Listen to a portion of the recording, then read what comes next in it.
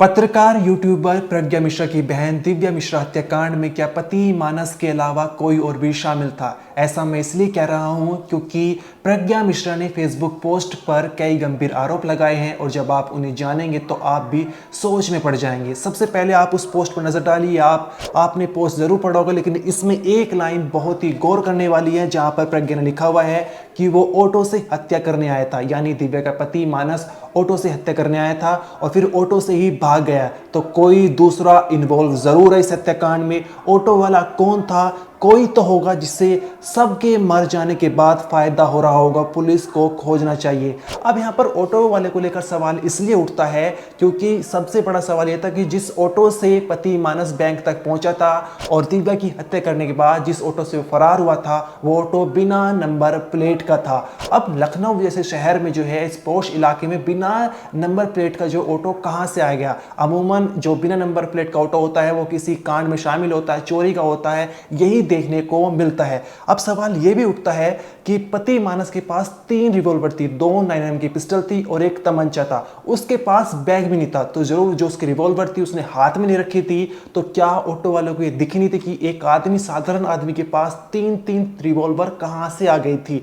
ये क्या ऑटो वालों को एक खटका नहीं? चलो मान लेते हैं कि जब मानस जो बैंक तक पहुंचा तो ऑटो वालों को पता नहीं होगा कि ये क्या कांड करने वाला है। लेकिन जब मानस ने हत्याकांड को अंजाम दे दिया था, जब दिव्या के माथे पर सटाकर गोली मार दी थी और उसके बाद वो ऑटो के पास गया, तो ऑटो वालों को जब भी पता नहीं चला किसने अभी हत्याकांड दिया है, उसके बाद भी उसने लिफ्ट दी थी। क्या यहाँ पर सबसे बड़ा सवाल ये उठता है, क्या ऑटो वाला भी इस हत्याकांड में शामिल था? क्या उसे इस बात की जानकारी थी कि पति मानस किस हत्याकांड को, किस बेरहमी कत्ल को अंजाम देने वाला है? अगर हां तो वो भी शक के घेरे में आता है। ऑटो वाले को लेकर तमाम सवाल उठ रहे हैं। इतना नहीं, प्रज्ञा मिश्रा ने यह भी सवाल उठाए हैं कि कोई और व्यक्ति इस हत्याकांड में किस वजह से शामिल हो सकता है। इसके पीछे के फेसबुक पोस्ट पर कारण बताए हैं, वो कारण हम आपको आगे वीडियो में बताएंगे। लेकिन यहाँ पर दूसरा सवाल ये उठता है इस हत्याकांड को लेकर, और ये सवाल भी जो है वो प्रज्ञा मिश्रा ने फेसबुक पोस्ट पर लगाया है। उनका कहना है कि 2019 में जब मानस की मां की मौत हुई थी उसके पीछे एक गहरा राज छिपा हुआ है। यहाँ पर फेसबुक पोस्ट में उन्होंने लिखा हुआ है कि मेरी बहन के अनुसार जो उन्होंने मुझे बताया है कि यहाँ पर मानस और उसकी बहन शिवा जो है अपनी बीमार माँ को तड़पा तड़पा कर मारते थे, जिसके चलते उनकी मौत हो गई थी। यहाँ पर सामने निकल कर आया था कि मानस की माँ कैंसर पीड़ित थी, जो काफ़ी लंबे समय से कैंसर का इलाज चल रहा था। 2019 में उनकी मौत हो गई थी। लेकिन यहाँ पर प्रज्ञा मिश्रा के आरोप हैं कि उनकी बहन दिव्या ने उनसे बताया था कि माँ की मौत कैंसर के चलते नहीं, कैंसर हो रहा था, बीमार भी थी, लेकिन जब मौत हुई, जब उनका अंत क्षमा आया, तो वो कैंसर के चलते नहीं आया, बीमारी के चलते नहीं आया, बल्कि पति मानस और उसकी बहन शिवा ने मार मार कर उन्हें मौत के घाट उतार देता है। ऐसा गंभीर आरोप लगाया है। अब इन आरोपों में कितनी सच्चाई है, इसकी जांच होनी चाहिए। अभी तक क्राइम तक इसकी पुष्टि नहीं करता है, लेकिन प्रज्ञा मिश्रा ने ये आरोप जो है अपने फेसबुक पोस्ट पर लिखकर जाहिर किए हैं। तीसरा सवाल है, तीसरी चीज जो बहुत ही अजीब लगती है कि लखनऊ जैसे शहर में, यूपी की राजधानी में, एक साधारण आदमी, एक बैंक कर्मचारी जो एसबीआई में फील्ड ऑफिसर है, वो 2 दिन के अंदर में 3 रिवॉल्वर कहां से इंतजाम कर लेता है? क्योंकि 18 अगस्त को उसे पता चलता है, जब वो कोर्ट में जाता है, जहां पर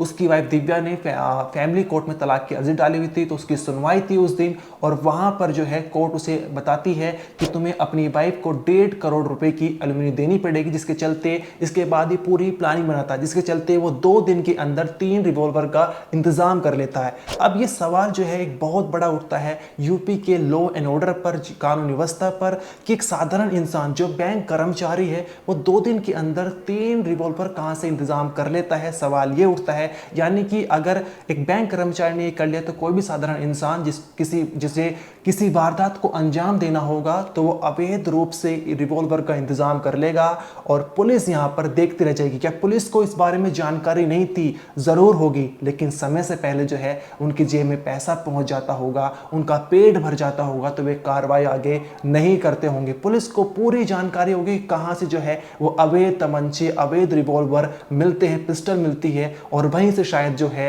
वो एक बैंक कर्मचारी ने इंतजाम की है। अब मानस जो है वो, उसका क्रिमिनल रिकॉर्ड कुछ रहा नहीं है। अब किसकी चलते जो है, किसकी वजह से और किसने साथ दिया है रिवॉल्वर उस तक पहुंचाने के लिए, बहुत बड़ा सवाल यहाँ पर उठता है। अब जो है हम आपको बताएंगे कि यहाँ पर दिव्या मिश्रा की बहन प्रज्ञा मिश्रा ने जो है वो कौन कौन से सवाल उठाए हैं, उनका ऐसा क्यों मानना है कि इस पूरे हत्याकांड में कोई और भी शामिल हो सकता है। उसके पीछे जो है उन्होंने फेसबुक पोस्ट पर इसकी वजह लिखी हुई है। आप उनके फेसबुक पोस्ट पर नजर डालेंगे तो आपको नजर आएगा जहां पर उन्होंने ऑटो वाले का जिक्र किया हुआ है, उसके नीचे उन्होंने लिखा हुआ है कि कोई तो होगा जिसे सबके मर जाने के बाद फायदा हो रहा होगा, पुलिस को खोजना चाहिए। यानी उनका सीधा सीधा से आरोप है कि इस हत्याकांड में कोई और भी शामिल है जिसका यहाँ पर दिव्या, उसके पति मानस और उसकी बहन शिवा के मर जाने के बाद यहाँ पर फायदा हो रहा होगा। अब पुलिस की इस थ्योरी में अभी तक कुछ ऐसा सामने नहीं निकल कर आया है। अब यहाँ पर आप जो है इनकी कहानी को जानिए। 2017 में जो है प्रज्ञा की बहन दिव्या मिश्रा और मानस वाजपेयी की लव मैरिज हुई थी, लेकिन मानस के परिवार वालों रिश्तेदारों का ये भी कहना है कि लव मैरिज नहीं थी बल्कि अरेंज मैरिज थी। फैमिली वालों साथ आए थे यहाँ पर और ये पूरी तरह से अरेंज मैरिज थी। अब लव मैरिज अरेंज मैरिज की भी जांच होनी चाहिए, लेकिन 9 साल होने के बावजूद इन दोनों का कोई बच्चा नहीं था। यहाँ पर सामने निकल कर आया है कि शादी के 1 साल बाद ही जो है वो मियाँ बीवी में लड़ाई झगड़े होने लगे थे, दोनों में अनबन होने लगी थी। कुछ महीने तक ठीक चला था, लेकिन उसके बावजूद जो है 2018 में जो है ये दिव्या अपने घर चलेगी, अपने मायके में रहने लगी थी। लेकिन उसी वक्त कुछ महीने बाद जो है मानस की माँ को कैंसर हो जाता है, जिसके चलते दिव्या जो है दोबारा अपने पति के साथ यहाँ पर ससुराल में रहने लगी थी। इस दौरान जो है मानस की बहन को साथ रखने को लेकर पति पत्नी के बीच में लगातार विवाद हो रहे थे। 2019 में मानस की माँ की जो है मृत्यु हो गई थी। इसके बाद मृत्यु होने के बाद जो दिव्या है वो अपने मायके चली गई, वहीं पर दोबारा रहने लगी। लेकिन फिर दोबारा पति पत्नी के बीच बातचीत होने लगती है और दोबारा से दिव्या अपने पति के साथ रहने लगती है। 2025 में बहन को लेकर दोनों के बीच फिर विवाद बढ़ गया। यहाँ पर पति मानस का कहना था कि मेरी जो बहन है शिवा वो मानसिक रूप से बीमार है, उसका ख्याल रखने के लिए कौन रखेगा, तुम्हें उसका ख्याल रखना पड़ेगा, हम दोनों को मिलकर उसका ख्याल रखना पड़ेगा, तुम्हें मेरे साथ रहना पड़ेगा। लेकिन उसका यही कहना था कि मैं अपनी बहन को छोड़कर नहीं जा सकता, उसका किसी ना किसी को तो ख्याल रखना पड़ेगा। अगर मैं ड्यूटी जाता हूँ तो तुम्हें ख्याल रखना पड़ेगा, अगर तुम ड्यूटी जाते हो तो मुझे ख्याल रखना पड़ेगा। लेकिन इस बात से दिव्या पूरी तरह से नाराज थी। वो साफ रूप से इनकार कर देती है कि मैं तुम्हारी बहन का ख्याल नहीं रखूंगी, जिसके चलते जो है 2025 में नवंबर के महीने में दोबारा से जो है दिव्या अपने पति को छोड़ देती है और मायके चली जाती है। यहाँ पर उसने अपना एक मकान ले लिया था, लेकिन अभी जो है वो अपने माता पिता के साथ जहाँ पर मायके में रह रही थी। अब यहाँ पर 2026 में जो है वो फैमिली कोर्ट में मुकदमा दर्ज कर देती है, अर्जी डाल देती है और कानूनी प्रक्रिया जो यहाँ पर शुरू हो जाती है।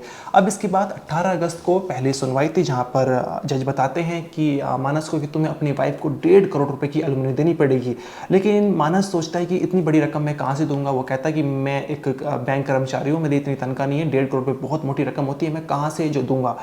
अब यहाँ पर अदालत का ये फैसला था, इसके चलते जो है वो ये मामला कोर्ट में अभी भी चल रहा था और मानस एक प्लानिंग को सोचता है कि क्यों ना दिव्या को ख़त्म करने के बाद जो है मैं इस दुनिया को छोड़कर चला जाऊं और साथ में अपनी बहन की भी ज़िंदगी ख़त्म कर दूं। यानी मेरी बहन, अगर मैंने अपनी बहन को ज़िंदा छोड़ दिया और मैं इस दुनिया से दूर चला गया तो उसका ख्याल रखने वाला कोई नहीं होगा। तो एक प्लानिंग बनाता है, जिसके चलते वो 2 दिन तक रेगी करता है। सामने निकल कर आया है कि जिस ऑटो से हत्या करने आया था उसी ऑटो से है, इसकी जाँच होनी चाहिए कि उसी ऑटो से वो रेगी कर रहा था या किसी दूसरे वाहन से आया था, इसकी जांच अभी होनी चाहिए। अब इसके बाद 20 अगस्त को गुरुवार का दिन था, दोपहर के बजे था। यहाँ पर जो दिव्या मिश्रा है वो आईसीसी बैंक में डिप्टी मैनेजर है और वहाँ पर वो काम करती है। 9 बजे वो ऑफिस घर से निकल जाती है, करीब 9:30 बजे ऑफिस पहुँच जाती है। ऑफिस पहुँचने के बाद कुछ काम करती है और फिर वो फील्ड वर्क करने के लिए चली जाती है अपनी कलीग के साथ। यहाँ पर दोपहर के वक्त में जब वो बैंक में वापस लौटती है तो उनका पति वहीं बैंक के बाहर इंतजार कर रहा था। वो दिव्या को बात करने के लिए बुलाता है कि 1 मिनट बात करेंगे, जिसके बाद दोनों के बीच मारपीट होने लगती है। यहाँ पर मानस अपनी पत्नी को मारने लगता है, गार्ड बचाने आता है और तभी जो है यहाँ पर जो ये फील्ड ऑफिसर था मानस वाजपेयी, वो अपनी पत्नी के माथे पर गोली मारकर उसकी हत्या कर देता है। हत्या करने के बाद वो जैसे ही यहाँ पर तमाम लोग इकट्ठा होते हैं, वो ऑटो में बैठकर वहाँ से फरार हो जाता है। फरार होने के बाद जो अपने घर पर जाता है, वहाँ पर टीवी में हनुमान चालीसा ऑन करता है, तेज़ आवाज़ में अपनी बहन के कमरे में जाता है, उसे भी गोली मारकर मौत के घाट उतरता है और फिर जो है अपनी भी जान लेता है और इस दुनिया से कोसों दूर चले जाता है। ये पूरी कहानी थी। लेकिन इस कहानी में जो दिव्या की बहन पत्रकार यूट्यूबर हैं प्रज्ञा मिश्रा, उनके जो बयान सामने लेकर आ रहे हैं, लगातार वो फेसबुक पोस्ट कर रही है। उन्होंने कई आरोप लगाए हैं कि पति साइको था, जिसके चलते पत्नी अलग रह रही थी, लगातार जो है एक तरह से परेशान किया जा रहा था। उन्होंने ये भी आरोप लगाए हैं कि जो 2019 में मानस की मां का निधन हुआ था वो बीमार थी, ये सच है, लेकिन बीमार जो उनकी मौत हुई है, जो उनका अंतिम समय था, वो बीमारी के चलते नहीं आया, बल्कि मानस ने अपनी बहन शिबा के साथ मिलकर उनके साथ प्रताड़ना की है, मारपीट की, जिसके चलते उनकी मौत हो गई है। मैं इस समय पर ठीक उसी जगह पर मौजूद हूँ जिस बैंक के सामने ये गोमती नगर का ये बैंक है ICICI, और यहाँ से जो तस्वीरें कैद हुई वो भी आपको दिखाते हैं। ये बैंक का प्रीमाइसेस है, उस सीसीटीवी में आप देख रहे होंगे कि कॉर्नर से, तो वो सीसीटीवी पूरी घटना को कैद कर रहा है। इस सीसीटीवी में ये पूरी घटना कैद होती है और यही वजह है कि ये जनरेटर, और इसके बाद से जब वो बाहर निकलता है मानस वाजपेयी एक ऑटो के जरिए आता है, उसके बाद यहाँ पर दोनों के बीच में, मतलब जो पत्नी थी और मानस वाजपेयी दोनों के बीच मारपीट होती है। यहाँ कॉर्नर में इस पिलर की वजह से पूरी तस्वीरें साफ ने, यहाँ से झगड़ा शुरू होता है, झगड़ा शुरू होने के बाद यहाँ गोली मार दी जाती है। इस सीसीटीवी से पहले 2 तस्वीरें सीसीटीवी की और भी जारी हुई, जिसमें जो महिला थी वो अपने घर से निकल रही है, घर से बाहर निकलती है, ओला कैब करती है और वो फिर बैंक के लिए निकलती है। तो ये तस्वीरें बता रही हैं कि किस तरीके से पूरे घटनाक्रम को अंजाम दिया गया। सबसे बड़ी बात कि जो सीसीटीवी सामने आया उसमें जो मौजूद गार्ड थे, जो बैंक कर्मी थे, वो सब कुछ देख रहे थे। जब मानस ने महिला को, दिव्या मिश्रा को मारना शुरू किया, उसके साथ हाथापाई शुरू की, तो जो मौके पर गार्ड थे वो आगे बढ़े, लेकिन जब देखा कि उसके हाथ में पिस्टल है तो वो भी पीछे हट गए और उसके बाद जो बैंककर्मी भी बाहर निकले।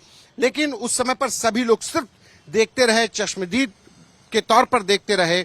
लेकिन उसके जो मानस वाजपेयी था उसके सिर पर खून सवार था, उसके हाथ में पिस्टल देखकर कोई हिम्मत नहीं जुटा पाया कि उसको रोक सके और वो हत्या करने के बाद फरार हो गया। सर, आप ही थे कल वहां पर? नहीं, मैं नहीं था। कोई और था? जी हाँ। तो क्या जानकारी कि वो मैं रोकने के लिए नहीं बोला गया? आप ही के साथी रहे होंगे ना? सर वही बता सकता है उस वजह पे। मैं नहीं। कहाँ गए, कौन थे? सर मैं ड्यूटी पे नहीं था। अच्छा, आप ड्यूटी पर नहीं थे। आज ड्यूटी बदल गई है। इनके अलावा दूसरे सिक्योरिटी गार्ड थे, इसके अलावा जो बैंक कर्मी थे वो लोग बाहर निकले। लेकिन जब बाहर देखते हैं कि मानस वाजपेयी पत्नी को मारने के बाद गोली मार रहा है तो सभी लोग ठिठक जाते हैं। और उसके बाद जब पुलिस को सूचना दी जाती है तो पता चलता है कि मानस वाजपेयी ने अपनी पत्नी दिव्या मिश्रा की हत्या करने के बाद महज 2.5 किलोमीटर की दूरी पर हुसैरिया चौराहे जाकर अपने घर में पहले अपनी बहन की हत्या की और फिर खुद को भी गोली मार ली।